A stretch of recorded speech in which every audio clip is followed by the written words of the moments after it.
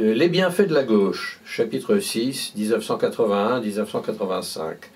C'était une vieille plaisanterie entre André Marc de Locquefourcault et moi.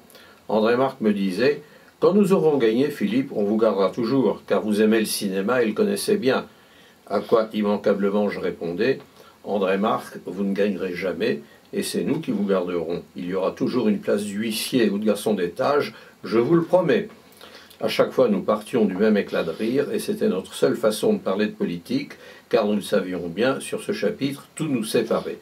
Nous enchaînions sur Fellini ou Coppola, ou les avances sur recettes qui nous désolaient également. Cela dura ainsi quelques années, puis un beau jour de mai 1981, mon collègue et ami entra dans mon bureau. « Eh bien, nous avons gagné », cela dit gentiment, sans triomphe ostentatoire, et je ne pouvais que reconnaître les faits.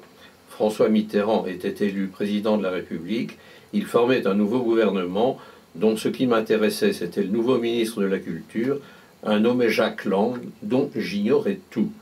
André Marc m'assurait que c'était un esprit brillant, qu'il était plein d'idées pour réformer le cinéma. Il me précisait qu'il ne tenait qu'à moi de m'associer à ce qui allait être mis rapidement en train et que je serais le bienvenu. Je le remerciais et demandais à réfléchir sans lui dire combien j'étais embarrassé. Comme toujours en pareil cas, j'allais consulter Pierre Viot, en qui j'avais toute confiance et qui ne m'avait jamais manqué. Sans hésiter, il me conseilla d'accepter pour mon bien et celui de mon avenir, ajoutant que Jacques Lang était quelqu'un d'intéressant et dont je n'avais rien à redouter, au contraire. Sans doute Viot pensait-il que mes perspectives d'avenir au CNC étaient bouchées pour un certain temps, que lui-même partirait un jour ou l'autre. Il avait déjà égalé en longévité son lointain prédécesseur Fouret-Cormeret, premier directeur du centre, et qu'il ne pouvait garantir ce qu'il adviendrait de moi après son départ. Il n'en dit pas un mot, mais devant une hésitation dont il devinait le motif, il se contenta de reprendre une formule que j'avais déjà entendue dans sa bouche. « Nous ne sommes pas au service d'un régime, mais nous servons l'État. » Belle formule de haut fonctionnaire que je n'étais pas, mais dont je commençais à comprendre le sens. Dans le pire des cas, lui regagnait sa cour des comptes d'origine, mais moi, je n'avais aucun point de chute assuré. Avec 3 enfants, cela méritait réflexion, et puis comme disait André Marc, j'aimais le cinéma et voulais y rester.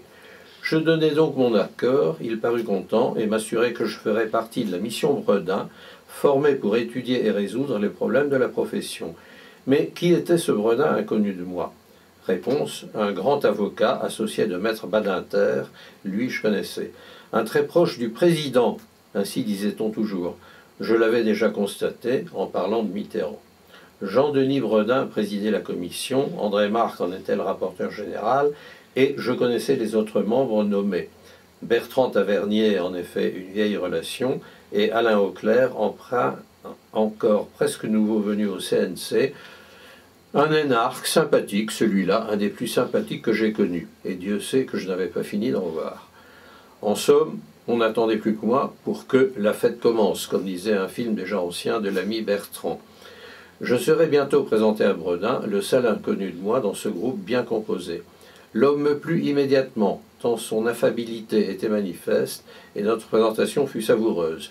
Pour éviter tout malentendu, j'attaquai aussitôt, un peu trop en y réfléchissant, « Vous savez, maître, je n'ai pas ma carte du PS et n'ai pas l'intention de la prendre. » Mais, cher ami, il ne s'agit pas de cela. André Marc me dit que vous connaissez bien le cinéma, et c'est tout ce dont il s'agit.